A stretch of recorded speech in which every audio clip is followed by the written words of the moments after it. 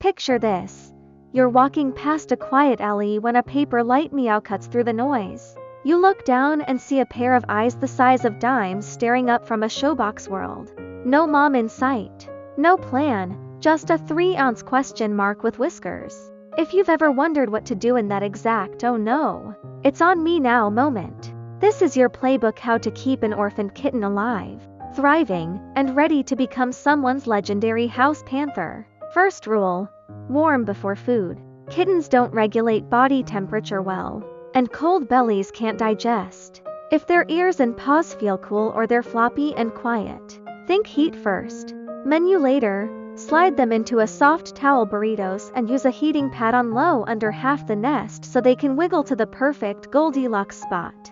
A hot water bottle wrapped in a t-shirt also works in a pinch. Aim for cozy, not sweaty. If the kitten's panting, that's too much. You're creating a little microclimate, like a sunbeam you can pack to go. Second rule: skip the cow.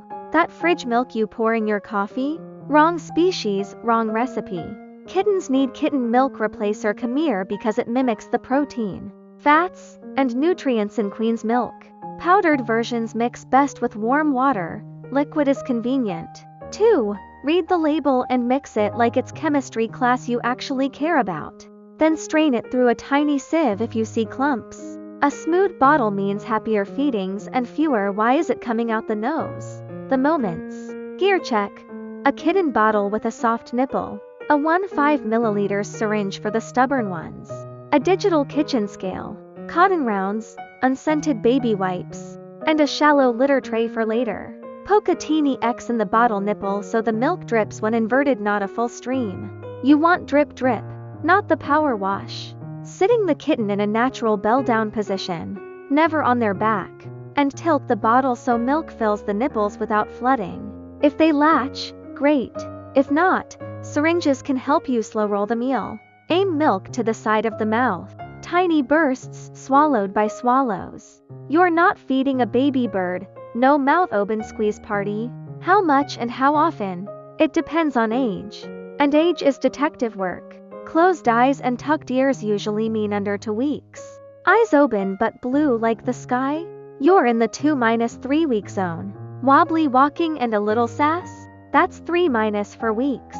At 0-1 week, feed every 2-3 hours around the clock. At 1-2 weeks, every 3 hours. At 2-3 weeks, every 4 hours. By 4 weeks, you're headed to the weaning chapter and can stretch to every 5-6 hours. As for quantity, the rough guide is about 8 milliliters per ounce of body weight per day, split across feedings. If the belly looks like a small, rounded jelly beans after a meal and the kitten snoozes into a food coma, you nailed it. If the tummy is tight like a drum, you overdid it. Pace yourself. It's a marathon with whiskers. Now for the part nobody mentions at brunch: bathroom duty. Newborns need help to pee and poop. After each feeding, use a warm, damp cotton round or soft cloth and gently rub the lower belly and rear in small circles, like you're shining a tiny badge. Pee shows up quickly. Poop might be shy for a day or 2, but daily is ideal. This is biology, not optional. Skipping it can lead to constipation and a very grumpy potato. If nothing moves for 48 hours or the belly turns firm, call a vet. And while we're here, yes, you burp them, support the chest. Pat gently, get that little bubble out. Think microwave popcorn popping, not jackhammer. Keep an eye on the numbers. Weighing every day at the same time on a digital scale. Grams are your friend. Healthy kittens trending up daily, about 10-15 grams. If the needle stalls or drops, you've got an early warning. Appetite, energy, and weights are the holy trinity. Any to acting weird? Investigate. A kitten that feels chilled, refuses food, or breathes with a flaring chest is a get a vet moment. Don't self-diagnose rare conditions at 3 a.m. Use professionals. Your job is the on-site life coach, the vet is the specialist. Let's talk cleanup crew. Orphaned kittens can carry fleas, and fleas on a teeny body are like vampires at a smoothie bar. For neonates, a flea comb plus a dish of soapy water is the safest start. Comb. Dunk the comb. Repeat. You can do a quick warm damp cloth bath from the neck down. Keep the head dry. Dry them thoroughly. And warm after. Avoid essential oils or strong shampoos. Anything medicated should be cleared by a vet first because kittens metabolize differently. Ringworm is a fungus, not a worm, and looks like circular scaly spots. Gloves on. Laundry hot. Vet advice in play. Wash your hands like you just chopped jalapenos and need to take out contacts. At around 3-4 weeks, the baby bottle era starts blending into I can do it myself energy. This is your green light for weaning. Mix a spoonful of Carnivore with a high-quality kitten wet food to make a thick but slurpable gruel. Warm it to body temp so it smells like home. Offer the plate and let the kitten faceplant. It's messy, it's normal. They figured out the tongue scooped pretty quickly. Keep a clean water dish nearby. You'll still bottle a couple times a day while they get the hang of solids. Over the next week or two, gradually reduce the milk and increase wet food. Dry kibbles can join once teeth are doing their thing. But wet food remains the MVP for moisture and calories. Litter training happens almost by accident if you set the stage. Use a shallow tray with non-clumping litter paper pellets or clay that won't cement to their toes. Place the kitten in after meals and naps. Guide their paws with a gentle scratch motion. And let instinct take over. If you catch them circling in a corner, that's your cue. Quick transfer to the box. Praise is silent in this house. We're not giving pep talks.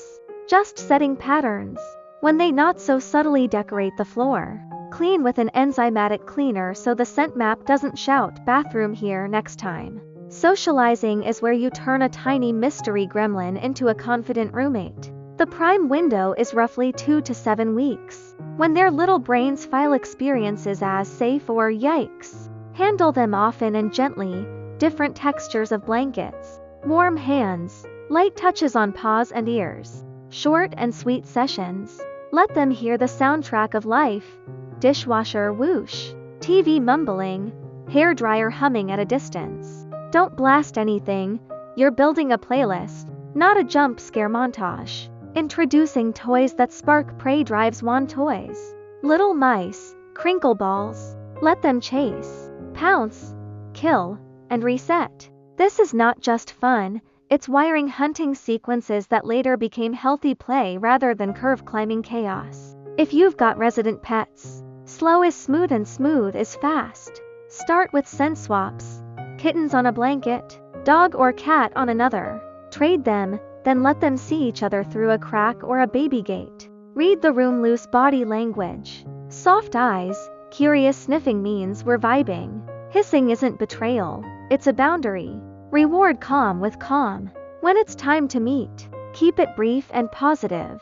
A confident adult cat can be a top-tier tutor in how to cat. A polite dog with a low prey drive can be a bestie.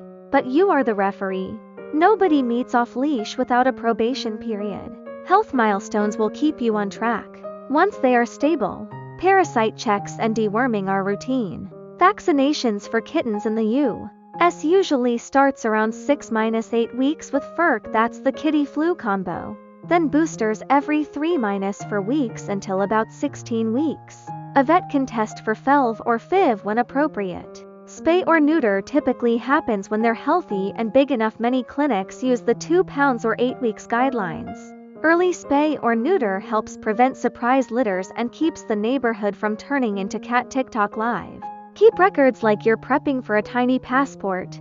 Dates, weights, meds, anything notable. Future you will thank you. Let's troubleshoot common plot twists. Kitten wanty latch? Warm the milk a little more. Tickle the lips with a drop. Try a different nipple shape.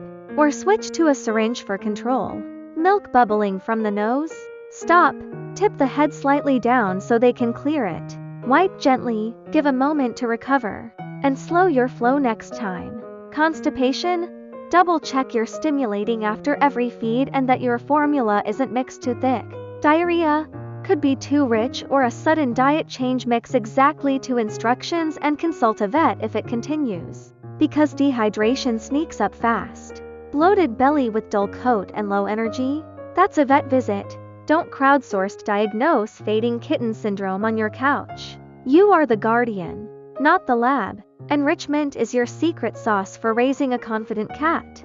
Build a mini gym with cardboard boxes, tunnels, and scratchers. Rotating toys so novelty stays fresh. Allow supervised vertical spaces like a low cat tree to practice climbing. Teaching bite inhibition by redirecting any hand chompers to toys. If teeth land on skin, freeze like a statue for 2 seconds and then re-engage with a toy. Hands are for love. Toys are for chaos. Tattoos that on your brain. Play sessions and with a small meal and then a nap, which mirrors the hunt-eat-sleep rhythm baked into cat DNA. Hygiene keeps your foster house from turning into a wildlife documentary.